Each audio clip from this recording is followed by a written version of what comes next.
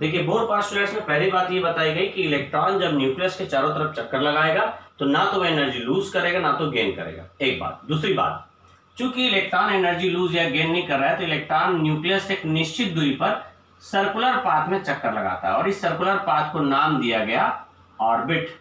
ठीक है, ये सर्कुलर पाथ को नाम क्या दिया गया? ऑर्बिट। इसी को ऑर्बिट नाम बोर दिया था, मतलब ये जो ऑर्बिट को ऑर्बिट नाम कौन दिया था? बोर दिया था। ठीक है, दूसरी बात यह है कि इलेक्ट्रॉन जब तक कोई एक्सटर्नल फील्ड ना आए अपने आप एनर्जी का लेना देना नहीं करता, पर अगर आ गया कोई एक्सटर्नल फील्ड तो एनर्जी का लेना देना किसके फॉर्म में करेगा? क्वांटा के फॉर्म में एनर्जी का लेना देना करेगा। ठीक है, क्वांटा क्या है?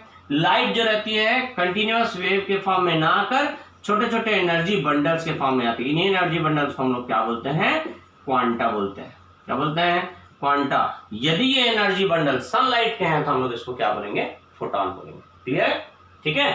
अच्छा, एक बात थोड़ा ध्यान रखेंगे न्यू स्टूडेंट्स, मैं ये कोशिश करूंगा कि आपको सेकंड चैप्टर के वीडियोस पहले भेजूं। सेकंड चैप्टर के वीडियोस इसलिए पहले भेजूंगा कि कुछ बच्चे सेकंड चैप्टर का जहां से टॉपिक अटेंड किए हैं वो उनको समझ में आ रहा होगा, उम्मीद है, तो पीछे के और भेज दूंगा सेकंड चैप्टर के, तो उनको और क्लियर हो जाएगा। एटलीस्ट सेकंड चैप्टर तो कंप्लीट हो जाएगा। ठीक है, तो बैकअप में पहले सेकंड चैप्टर की वीडियोस में भेजूंगा, उसके बाद आगे देखता हूँ अगर फर्स्ट चैप्टर की भी हो जाए तो ठीक है, क्योंकि कुछ वीडियोज मेरे पास मिस हो गए हैं, उनको बच्चों से लेके फिर मैं आपको दूंगा। खैर वो बात की बात है। चलिए देखें, तो मैं बात क्या बता दिया? ऑर्बिट और क्वांटा, है ना। तो बोर पोस्टुलेट्स में क्या बोल दिया? इलेक्ट्रॉन न्यूक्लियस से एक निश्चित दूरी पर सर्कुलर पाथ में घूमता है जिसको ऑर्बिट नाम दिया गया। इलेक्ट्रॉन अपने आप एनर्जी का लेना देना नहीं करता। ठीक है, और अगर एक्सटर्नल फील्ड आया और वो एनर्जी का लेना देना किया तो किसके फॉर्म में करेगा? क्वांटा के फॉर्म में करेगा। फिर दूसरी बात क्या बोला? ऑर्बिट को n से रिप्रेजेंट करता है जिसकी वैल्यू 1 2 3 4 कोई भी होल नंबर वैल्यू हो सकती है, और इसको हम लोग k l m n से भी रिप्रेजेंट करते हैं। अल्फाबेटिकल ऑर्डर में k से चालू होता है। k मतलब फर्स्ट ऑर्बिट, l मतलब सेकंड, थर्ड, फोर्थ स्टेप का होता है। ठीक है, फिर बात ये बोलेगी यदि इलेक्ट्रॉन न्यूक्लियस के चारों तरफ चक्कर लगाता है तो चक्कर लगाते समय चूंकि इलेक्ट्रॉन की एनर्जी फिक्स है इसलिए ऑर्बिट को स्टेशनरी स्टेट बोला गया। क्या बोला गया? Stationery state. अब यहां पर यह बात ध्यान देंगे, स्टेशनरी स्टेट का यह मतलब नहीं कि इलेक्ट्रॉन रुका हुआ है। स्टेशनरी स्टेट का मतलब इलेक्ट्रॉन की एनर्जी फिक्स है। फिर ये बताई गई कि बात, ये जो मैं अभी पॉइंट लिख रहा हूं इसको मैं आगे प्रूव करके आपको बताऊंगा, जो अभी मैं लिखने वाला हूं वो बात बोल रहा हूं कि इलेक्ट्रॉन जो रहता है, ध्यान देंगे, अभी जो मैं बताने वाला हूं वो आपको प्रूव करके बताऊंगा। ये बोला गया बोर पोस्टुलेट्स में बताया गया कि यदि कोई इलेक्ट्रॉन न्यूक्लियस के चारों तरफ कंटिन्यूअसली रिवॉल्व करना चाहता है तो उसके लिए उसका जो एंगुलर मोमेंटम होता है mvr, क्वांटम नंबर जो पढ़े सबको बता चुका हूं, वो h/2π का होल नंबर मल्टीपल होना चाहिए। ये क्या है ये मैं आगे आपको प्रूव करके बताऊंगा। ठीक है, क्यों, क्या, कैसे।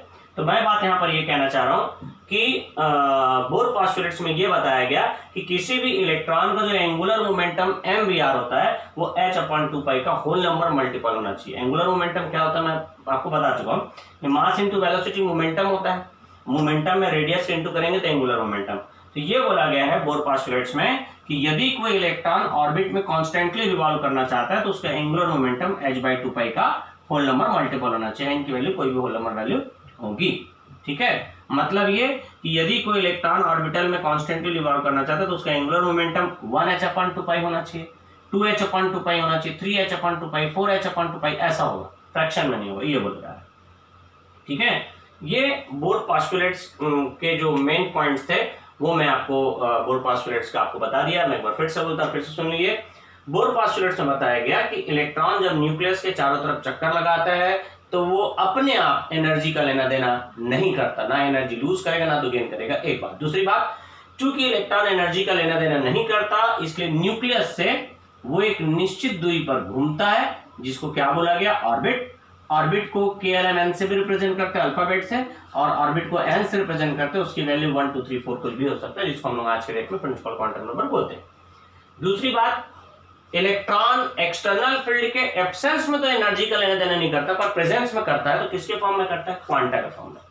तो एटम जो रहता है क्वांटा के फॉर्म में एनर्जी का लेना देना करेगा।